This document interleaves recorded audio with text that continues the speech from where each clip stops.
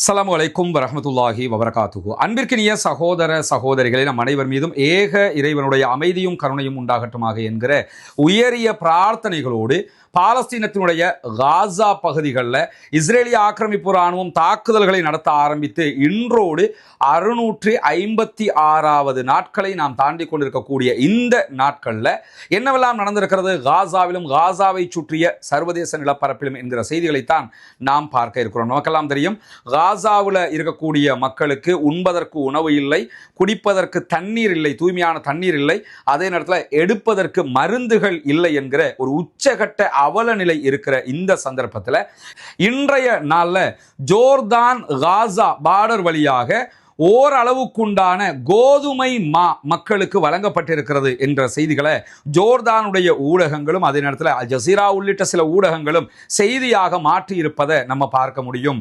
ஜோர்தானை பொறுத்தவரையில் அவங்க நினைச்சாங்கன்னா அது இன்னைக்கு இல்லை கொடுக்கணும், எப்பொழுதுமே அவங்க கொடுத்து கொண்டிருக்கலாம், ஏர் ட்ரூப் பண்ணலாம், அதை தாண்டி இப்படி பார்டரை திறந்து விட்டு நேரடியாகவே கொடுக்கலாம்.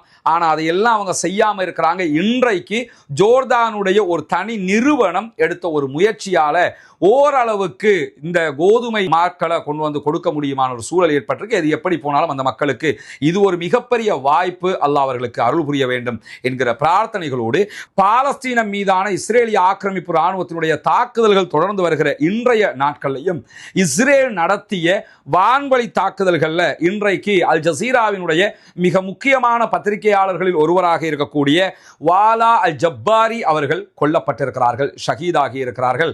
அவங்க மட்டுமில்ல, அவர்களுடைய 5 குழந்தைகளும் சேர்த்து கொல்லப்பட்டிருக்கிறார். வாலா அல் ஜப்பாரி அவங்க காசாவினுடைய செய்திகளை துல்லியமாக தந்த ஒரு பத்திரிகையாளர்.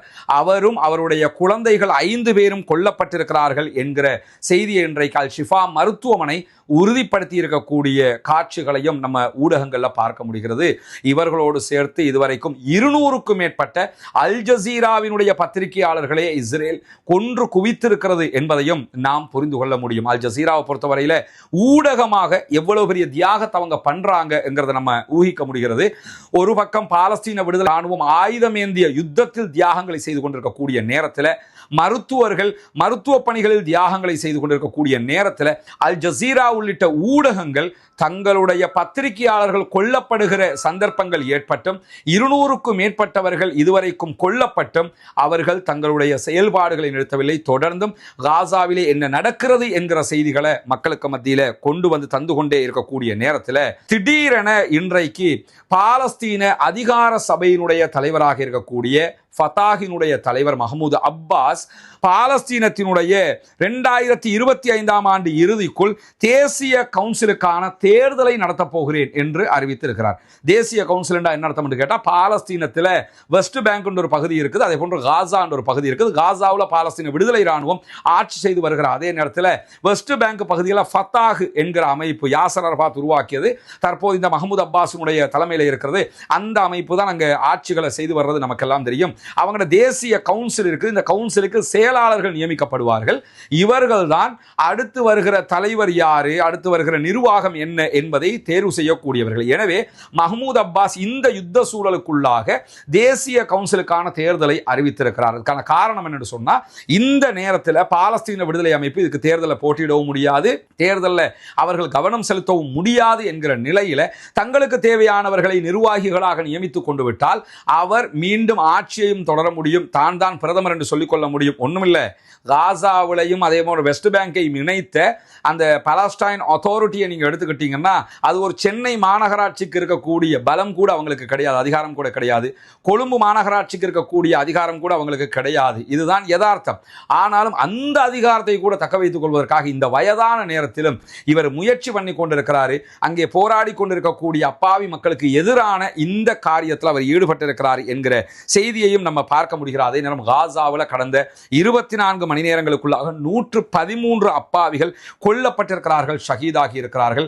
534 பேர் படுகாயம் அடைந்திருக்கிறார்கள் என்கிற கவலைக்குரிய செய்திகள் வெளியாகி இருக்கிறது. 113 பேர் கொல்லப்பட்டு 534 பேர் படுகாயம் அடைவது என்பது எல்லை மீறிய தாக்குதல்களையும் பாலஸ்தீன மக்கள் தினம்தோறும் கொன்று குவிக்கப்படுகிறார்கள் என்பதையும் நம்ம புரிந்து கொள்வதற்கு ஏதுவான ஒன்றாக இருக்கிறது. அல்லாஹுதான் அவர்களை பாதுகாக்க வேண்டும்.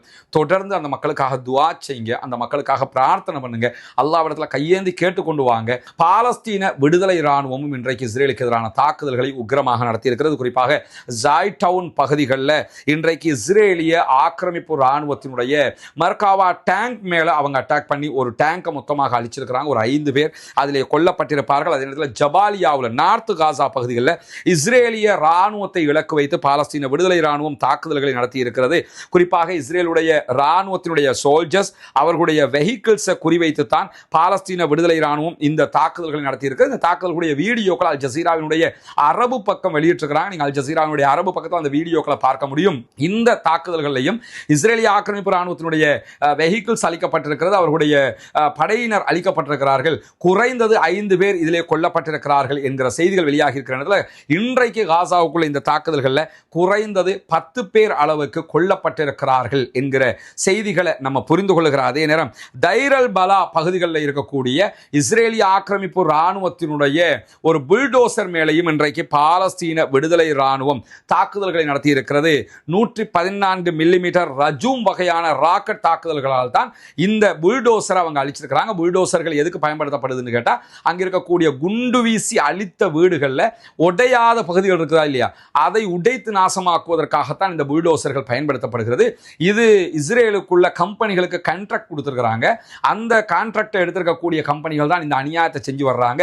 எனவே தான் அந்த புல்டோசர்களை அழிக்கிற வேலையிலையும் பாலஸ்தீன விடுதலை அமைப்பு செயல்பட்டு வருகிறது. அதே நேரம் இன்றைக்கு இஸ்ரேலுக்குள்ள ஒரு சம்பவம் நடைபெற்றிருக்கிறது. ஒரு பெண்ணை இஸ்ரேலுடைய ஷின்பத் அமைப்பினுடைய ஒத்துழைப்போடு கைது செய்திருக்கிறோம் என்கிறது மொசாத்.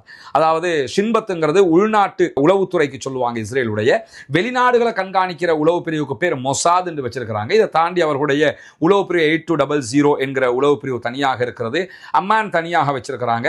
இப்படி பல உளவு பிரிவுகளை அவர்கள் சைபர் கிரைமுக்கு தனியாக வச்சிருக்கிறாங்க. இந்த வகையில் உள்நாட்டை கண்காணிக்கக்கூடிய உளவு அமைப்பாக இருக்கக்கூடியது ஷின்பத். ஷின்பத் இன்றைக்கு ஒரு இஸ்ரேலுடைய பெண்மணியை கைது செய்திருக்கிறார்கள். அதற்கான காரணமாக என்ன சொல்றாங்கன்னு கேட்டா, பெஞ்சமின் நெதன்யாகு இஸ்ரேலிய பிரதமரை கொல்வதற்கு திட்டமிட்டால், அதற்கான தயாரிப்பு நிலையில் இருந்தால், எனவேதான் அவள் கைது செய்யப்பட்டிருக்கிறாள் என்கிற செய்திகளை சொல்லியிருக்கிறாங்க. எது எப்படி போனாலும் பெஞ்சமின் நெதன்யாகு இது உண்மையிலேயே அவரை கொல்வதற்கான திட்டமாகவும் இருக்கலாம், இல்லாமல் இல்லை. ஆனால் சில நேரங்களில் அவர் தனக்குரிய சேஃப்டியை உண்டாக்கி, நான் எனக்கு த்ரெட்டன் இருக்குது, நான் இந்த நாட்டினுடைய ஒரு பெரிய வீரன் என்கிறத சித்தரிக்கிறதுக்காக திட்டமிட்டும் அவர்கள் இதை செய்திருக்கலாம். எது எப்படி போனாலும் ஒரு பெண்மணி தான் கைது செய்யப்பட்டிருக்கிறாள். இது உண்மையிலேயே ஒரு திட்டமிடப்பட்ட சதி செயலாக இருந்தால் இதை தொடர்ந்து பல பேர் அவங்க கைது செய்யணும். பொறுத்திருந்து பார்ப்போம் என்ன செய்ய போறாங்கிறத. இதே நேரத்தில் நமக்கெல்லாம் தெரியும், ஹந்தலா என்கிற நபித்தோழர் பெயர்ல ஒரு கப்பல், ஃப்ரீடம் ஃப்ளோட்டிலா கூட்டணியினுடைய கப்பல் இத்தாலியில இருந்து கிளம்பி மீண்டும் காசாவை நோக்கி வந்து கொண்டிருக்கு. இன்றைக்கு 4வது நாளாக அவர்களுடைய பயணம் தொடர்ந்து வரக்கூடிய நேரத்தில் இன்றைக்கு ஃப்ரீடம் ஃப்ளோட்டிலா கப்பலில் இருக்கக்கூடிய ஒருவர் அல் ஜசீராவுக்கு பேட்டி அளித்திருந்தார். அதில் அவர் என்ன சொல்றாருன்னு கேட்டா, உலகத்தில் மில்லியன் கணக்கான மக்கள் உங்களோட நிக்கிறோம்ங்கிறத காட்டுறதுக்காகத்தான் நாங்கள் வந்துகிட்டு இருக்கிறோம். நீங்க தனியாக இல்லை காசா மக்களே, நாங்களும் உங்களோட இருக்கிறோம். அது மட்டுமல்லாம இந்த எங்களை நாங்கள் வர்றதை எதுவும் தடுக்காது, நாங்கள் உங்களை நோக்கி வந்துக்கிட்டு தான் இருக்கிறோம். எங்களை தடுத்து கைது பண்ணாங்கன்னா உலகம் அதை பார்க்கத்தான் போகிறது. எனவே உங்களுக்காகத்தான் நாங்கள் அங்கே வந்து கொண்டிருக்கிறோம் என்று சொல்லக்கூடியவங்க உலகம் முழுவதும் இருக்கக்கூடிய அரசாங்கங்கள் காசாவை ஆதரிப்பதை பேச்சில் வைத்துக் கொண்டிருக்கிறார்களே தவிர நிஜத்தில் அவர்கள் வைத்துக் கொண்டிருக்கவில்லை என்கிற ஒரு குற்றச்சாட்டையும் இன்றைக்கு ஃப்ரீடம் ஃப்ளோட்டிலா கூட்டணியுடைய ஹந்தலா கப்பலில் இருக்கக்கூடியவர்கள் சொல்லியிருக்கக்கூடிய செய்திகளும் வெளியாகி இருக்கிறது. எனவே ஃப்ரீடம் ஃப்ளோட்டிலா கூட்டணி காசாவுக்கு ஆதரவாக களத்திலே இறங்கி இருக்கிற இந்த சந்தர்ப்பத்திலும் ஏற்கனவே தோஹா கத்தார்ல காசாவினுடைய பாலஸ்தீன விடுதலை இராணுவத்திற்கும் அதே போன்று இஸ்ரேலிய ஆக்கிரமிப்பு இராணுவத்திற்கும் எதிரான சமாதான பேச்சுவார்த்தைகள் நடைபெற்று வருகிறது. இன்றைக்கும் பேச்சுவார்த்தைகளில் எந்தவிதமான முன்னேற்றங்களும் ஏற்படவில்லை என்பதையும் நம்ம புரிந்து கொள்ள முடிகிறது. எனவே இன்றைக்கு வெளியாக இருக்கக்கூடிய மிக முக்கியமான செய்திகளை சுருக்கமாக இன்றைய வீடியோவில் நம்ம பகிர்ந்து கொண்டிருக்கிற செய்திகள் இன்ஷா அல்லாஹ் நாளை காலையில் மேலதிகமாக வரக்கூடிய செய்திகளையும் உங்களோடு பகிர்ந்து கொள்வதற்கு தயாராக இருக்கிறோம். பாலஸ்தீனம் வெற்றி பெற வேண்டும், பாலஸ்தீனம் சுதந்திரம் அடைய வேண்டும், பாலஸ்தீன மக்களும் நம்மை போன்ற நிம்மதியானவர்களாக மாற வேண்டும், வாழ வேண்டும் என்கிற உயரிய பிரார்த்தனைகளோடு பாலஸ்தீன அப்பாவிகளுக்காக பிரார்த்திக்கிறார். நேரம் இஸ்ரேலிய ஆக்கிரமிப்பு இராணுவத்திற்கு எதிராக கண்டிப்பாக குனூத்து நாசிலாவை ஓத மறந்து விடாதீர்கள். பாலஸ்தீன மக்களுக்காக ஜனநாயக ரீதியாகவும் குரல் எழுப்புவோமாக. வாஹிர் தஅவானா அல்ஹம்துலில்லாஹி ரப்பில் ஆலமீன்.